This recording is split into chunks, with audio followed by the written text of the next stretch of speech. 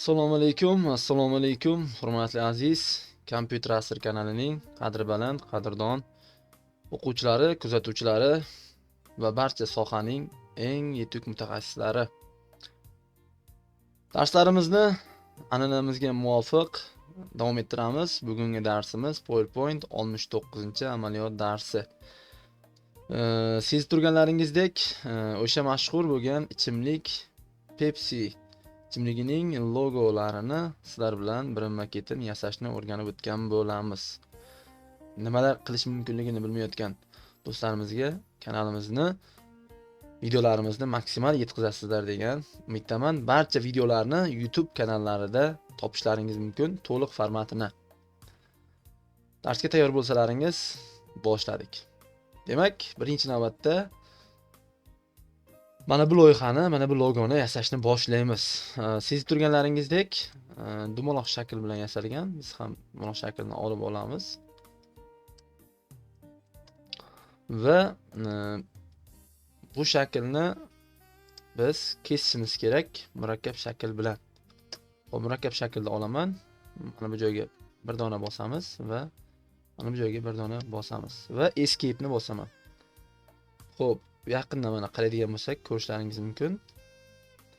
Ana endi mishkani o'ng tarafini bosib, Natchat izminit uzlovni bosamiz va sargina buni ko'taramiz yuqoriga va mana bu nuqta bilan buni pastga qarab tortamiz.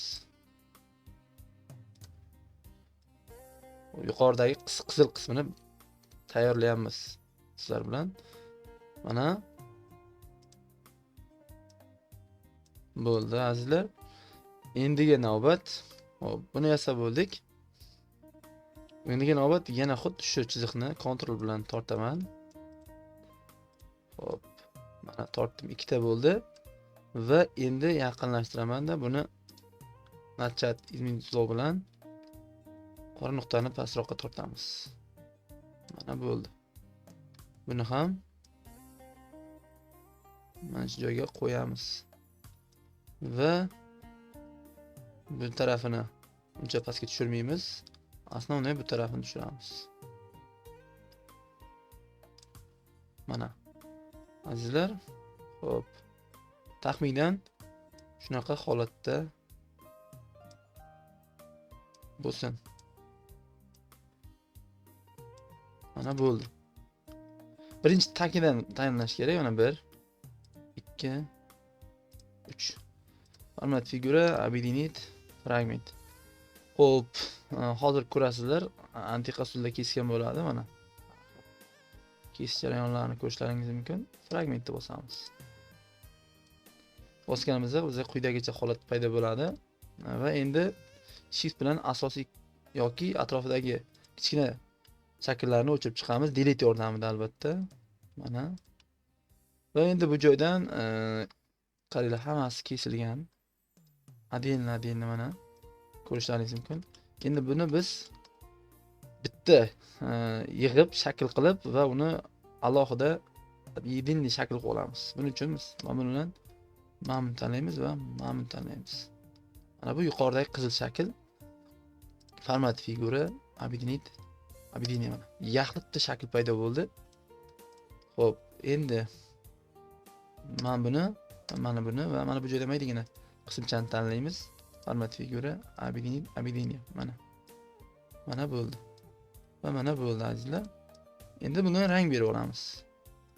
Qizil rang. Chetini olib tashlaymiz. Hop.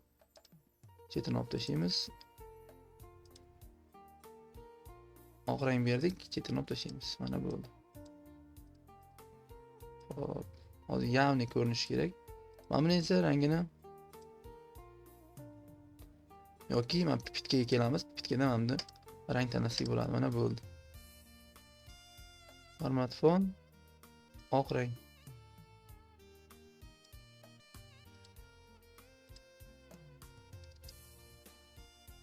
Mana azizlar.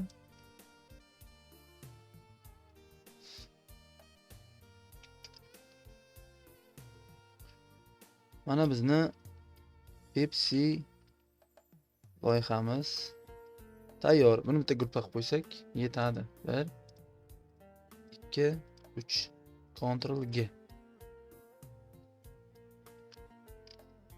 Xo'p. Endi ikkinchi Pepsini tayyorlab ko'ramiz. Demak, sal to'g'rilab qo'yamiz. Bo'ldi. Ikkinchi Pepsini tayyorlab ko'ramiz. Vstavka figura dumaloq shaklga kiramiz. Shift bilan chizamiz va buni rangini o'zgartirmaymiz. Shunchaki buni ham biz kesib olamiz. Vstavka figura murakkab shakl yordamida 1 2 mana bo'ldi. Xo'p, mishkan o'ng tarafi nachat izminduzlov yordamida biz buni tepaga chiqaramiz va pastga tushiramiz. Bu o'sha bo'rtib turgan joyi Pepsini. Mana azizlar yetadi menimcha. Va endi buni ikkita qilib olamiz kontrol yordamida.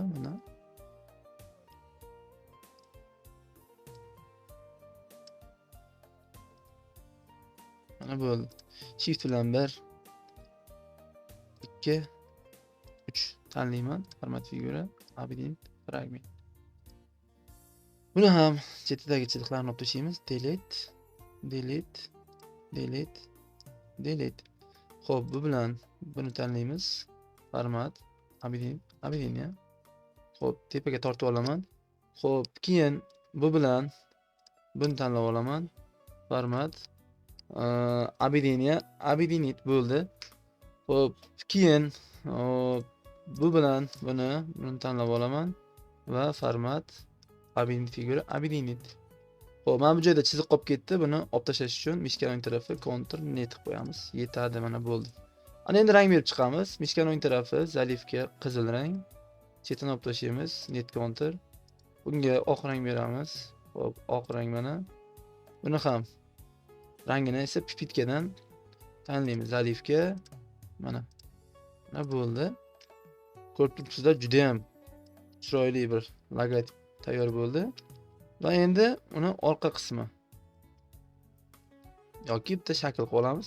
Buni bitta gruppa qilib olaman. Shift bilan Ctrl G.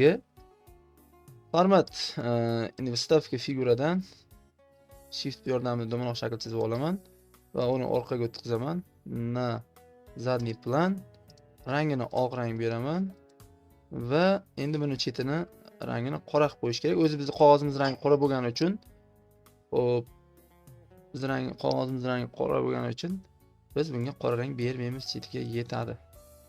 Mana bo'ldi. Endi shunchaki ichiga bir Pepsi deb yozsak, shuni o'zi bilan loyihamiz tayyor bo'ladi.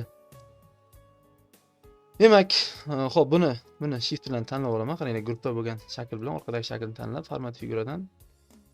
Xo'p, bizga beravniyat degan joydan o'rtaga qo'yib olamiz. Bunaqasiga ham, bunaqasiga ham mana bo'ldi. Endi vstavka figura bo'limi A bilan Pepsi deb yozib olamiz. Pepsi. Pepsi. Va shriftini Pepsi shriftiga o'zgartiramiz. Bizda Pepsi shrifti hozir YouTube'dan, yana Telegram, Google'dan olishimiz kerak. Bizda Pepsi shrifti yo'qligi uchun biz shunchaki Baxin shrift Arial Black qo'ysak yetadi. Demak, mana Arial Black bilan Pepsi degan yozuvni yozib qo'ydik. Bizning loyihalarimiz tappa tayyor. Mana azizlar, ko'rishlaringiz mumkin.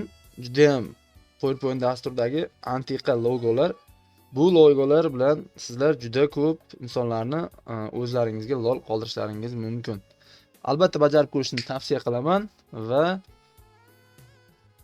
o'zingizni PowerPoint bo'yicha yangi qirralaringizni kashf etgan bo'lasizlar degan umiddaman. E'tiborlaringiz uchun yana bir bor rahmat.